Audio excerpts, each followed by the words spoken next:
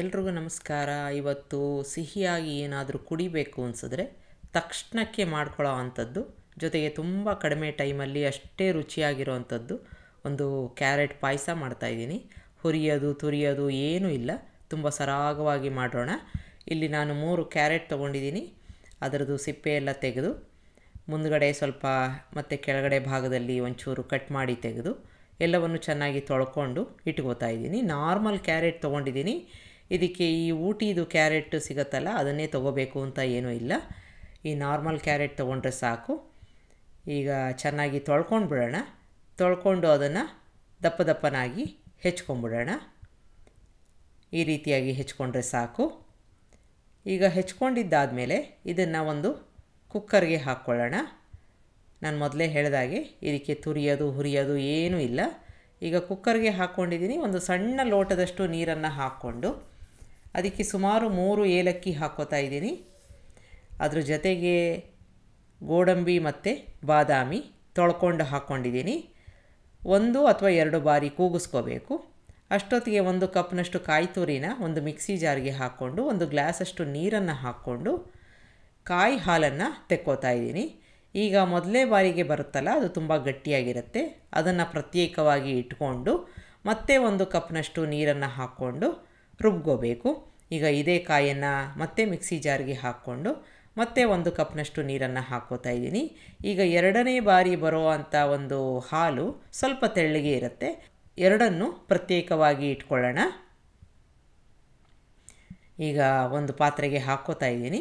ಇದು ಸ್ವಲ್ಪ ತೆಳ್ಳಗೆ ಇರುತ್ತೆ, ಮೊದಲನೇದು ಸ್ವಲ್ಪ ಗಟ್ಟಿಯಾಗಿ ಇರುತ್ತೆ. ಈಗ 2 ರೀತಿಯ ಈ ಒಂದು ಕಾಯಿ ಹಾಲನ್ನು ರೆಡಿಯಾಗಿ ಇಟ್ಕೊಂಡು ಈ ಕಾಯಿ ಇರುತ್ತಲ್ಲ, ಉಳಿದಿರೋ ಕಾಯಿನ ನೀವು ಬೇಕಾದರೆ ಹುಳಿಗೆ ಅಥವಾ ಸಾರಿಗೆ ಗೊಜ್ಜಿಗೆ ಹಾಕ್ಕೋಬೋದು. ಈಗ ಮುಂದಿನ ತಯಾರಿನ ಮಾಡ್ಕೊಳ್ಳೋಣ. 1.5 ಕಪ್ನಷ್ಟು ಬೆಲ್ಲನ ಹಾಕ್ಕೋತಾ ಇದ್ದೀನಿ. ಅದಕ್ಕೆ 1 ಕಪ್ನಷ್ಟು ನೀರನ್ನು ಹಾಕ್ಕೊಂಡು ಕರಗಿಸ್ಕೊಂಡು 1 ಅಥವಾ 2 ನಿಮಿಷ ಕರಗಿದ ಮೇಲೆ ಕುದಿಸ್ಕೋಬೇಕು. ಪಾಕ ಅವಶ್ಯಕತೆ ಇಲ್ಲ, ಚೆನ್ನಾಗಿ ಕರಗಿ ಕುದಿಬೇಕು. ಅಷ್ಟಾದರೆ ಸಾಕು. ಸ್ವಿಚ್ ಆಫ್ ಮಾಡ್ಕೊಂಬಿಡೋಣ. ಈಗ ನಾವು ಕುಕ್ಕರಲ್ಲಿ ಬೇಯಿಸ್ಕೊಂಡಿದ್ದ ನಮ್ಮ ಕ್ಯಾರೆಟು ಚೆನ್ನಾಗಿ ಬೆಂದಿರುತ್ತೆ. ಅದ್ರ ಜೊತೆಗೆ ನಾವು ಹಾಕಿದ್ದ ಬಾದಾಮಿ ಗೋಡಂಬಿ ಕೂಡ ಚೆನ್ನಾಗಿ ಬೆಂದಿರುತ್ತೆ. ಇನ್ನೊಂದು ವಿಶೇಷ ಅಂತಂದರೆ ತುಂಬ ಪರಿಮಳಯುಕ್ತವಾಗಿರುತ್ತೆ, ಯಾಕೆಂದರೆ ನಾವು ಏಲಕ್ಕಿ ಕೂಡ ಹಾಕಿ ಬೇಯಿಸ್ಕೊಂಡಿದ್ದೀವಿ. ಈಗ ಎಲ್ಲವನ್ನು ಮಿಕ್ಸಿ ಜಾರ್ಗೆ ಹಾಕ್ಕೋತಾ ಇದ್ದೀನಿ. ಸ್ವಲ್ಪ ನೀರು ಉಳಿದಿದ್ರೆ ಅದರ ಸಮೇತವಾಗಿ ನೀವು ಮಿಕ್ಸಿ ಜಾರ್ಗೆ ಹಾಕ್ಕೊಂಡು ನುಣ್ಣಿಗೆ ರುಬ್ಕೋಬೇಕು. ಈಗ ಎಷ್ಟು ಬೇಕೋ ಅಷ್ಟು ನೀರನ್ನು ಹಾಕ್ಕೊಂಡು ನುಣ್ಣಿಗೆ ರುಬ್ಕೊಂಡು ಇಟ್ಕೊಂಡಿದ್ದೀನಿ. ಈ ರೀತಿಯಾಗಿ ಒಂದು ಪೇಸ್ಟ್ ರೀತಿ ಆಗುತ್ತೆ. ಇಷ್ಟಾದರೆ ಸಾಕು. ನುಣ್ಣಿಗೆ ರುಬ್ಕೊಳ್ಳೋದು ತುಂಬ ಮುಖ್ಯ. ಇಲ್ಲ ಅಂತಂದರೆ ಅಲ್ಲಿ ಚೂರುಗಳು ಇದ್ದರೆ ಕ್ಯಾರೆಟ್ದು ಅಷ್ಟು ಚೆನ್ನಾಗಿರಲ್ಲ. ಈಗ ಒಂದು ಪಾತ್ರೆಗೆ ಹಾಕ್ಕೋತಾ ಇದ್ದೀನಿ. ಈ ರುಬ್ಕೊಂಡಿದ್ವಲ್ಲ ಕ್ಯಾರೆಟ್ನ ಒಂದು ಪಾತ್ರೆಗೆ ಹಾಕ್ಕೊಂಡು, ತುಂಬ ಗಟ್ಟಿಯಾಗಿದೆ ಹಾಗಾಗಿ ಸ್ವಲ್ಪ ನೀರನ್ನು ಹಾಕ್ಕೋಬೋದು. ಮಿಕ್ಸಿ ಜಾರ್ಗೆ ನೀರನ್ನು ಹಾಕ್ಕೊಂಡು ಹಾಕ್ಕೋಬೋದು. ನಿಮಗೆ ಯಾವ ರೀತಿಯಾಗಿ ಪಾಯಸ ಬೇಕೋ ಅಷ್ಟು ನೀರನ್ನು ಹಾಕ್ಕೋಬೋದು. ಈಗ ನಾನು 2ನೇ ಬಾರಿ ಕಾಯಿ ಹಾಲನ್ನು ತೊಗೊಂಡಿದ್ನಲ್ಲ, ಅದನ್ನು ಹಾಕ್ಕೊಂಡು ಮಿಕ್ಸ್ ಮಾಡ್ಕೋತಾ ಇದ್ದೀನಿ. ಉರಿ ಆದಷ್ಟು ಸಣ್ಣದಿರಲಿ. ಇಲ್ಲಿ ನಾವು ಚೆನ್ನಾಗಿ ಕುದಿಸೋ ಅವಶ್ಯಕತೆ ಇಲ್ಲ, ಯಾಕೆಂದರೆ ಈಗಾಗಲೇ ಕ್ಯಾರೆಟು ಚೆನ್ನಾಗಿ ಬೆಂದಿದೆ. ಹಾಗಾಗಿ ಸಣ್ಣ ಉರಿನಲ್ಲಿ ಇಟ್ಕೊಂಡಿರಬೇಕು. ಚೆನ್ನಾಗಿ ಬಿಸಿಯಾಗಿದೆ. ಈಗ ಅಷ್ಟಾದರೆ ಸಾಕು.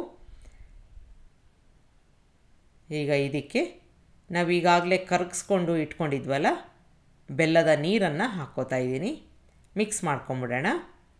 ನಿಮಗೆ ಗಟ್ಟಿಯಾಗಿ ಬೇಕಾ ಅಥವಾ ತೆಳ್ಳಗೆ ಬೇಕಾ ಹದ ನೋಡಿಕೊಂಡು ಮಾಡ್ಕೋಬೇಕು. ಈಗ ಚೆನ್ನಾಗಿ ಮಿಕ್ಸ್ ಮಾಡ್ಕೊಂಡಿದ್ದೀನಿ. ಬೆಲ್ಲ ಎಲ್ಲ ಚೆನ್ನಾಗಿ ಮಿಕ್ಸ್ ಆಗಿದೆ. ನಾನು ಮೊದಲೇ ಹೇಳಿದಾಗೆ ಕುದಿಸೋ ಅವಶ್ಯಕತೆ ಇಲ್ಲ, ಚೆನ್ನಾಗಿ ಬಿಸಿ ಆದರೆ ಸಾಕು. ಹಾಗಾಗಿ ಸಣ್ಣ ಊರಿನಲ್ಲಿ ಇಟ್ಕೊಂಡಿರಬೇಕು. ಈಗ ಸ್ವಲ್ಪ ಹೊತ್ತಿನ ನಂತರ ಗಟ್ಟಿ ಹಾಲನ್ನು ಹಾಕ್ಕೋತಾ ಇದ್ದೀನಿ. ಮಿಕ್ಸ್ ಮಾಡ್ಕೊಂಬಿಡೋಣ. ಈಗ ನೋಡಿ, ಗಟ್ಟಿ ಹಾಲನ್ನು ಮಿಕ್ಸ್ ಮಾಡ್ಕೊಂಡ್ಮೇಲೆ ಸ್ವಲ್ಪ ಕಲರು ಲೈಟಾಗಿ ಆಗುತ್ತೆ. ತುಂಬ ರುಚಿಯಾಗಿರುತ್ತೆ. ಒಂದು ಸಲ ಮಾಡಿ ನೋಡಿ. ಈಗ ಇದಕ್ಕೆ ನೀವು ಬೇಕಾದರೆ ಡ್ರೈ ಫ್ರೂಟ್ಸ್ನ ಹಾಕ್ಕೋಬೋದು. ಈಗ ಚೆನ್ನಾಗಿ ಕಾದಿದೆ. ಇಷ್ಟಾದರೆ ಸಾಕು. ನಾನಿಲ್ಲಿ ಗೋಡಂಬಿ ದ್ರಾಕ್ಷಿನ ತುಪ್ಪದಲ್ಲಿ ಕರ್ಕೊಂಡು ಹಾಕ್ಕೊಂಡಿದ್ದೀನಿ. ಇದು ಆಪ್ಷನಲ್ಲು, ಬೇಡದೆ ಹೋದರೆ ಸ್ಕಿಪ್ ಮಾಡ್ಬೋದು. ಈಗ ಮಿಕ್ಸ್ ಆಗಿದೆ. ಸ್ವಿಚ್ ಆಫ್ ಮಾಡ್ಕೋತಾ ಇದ್ದೀನಿ.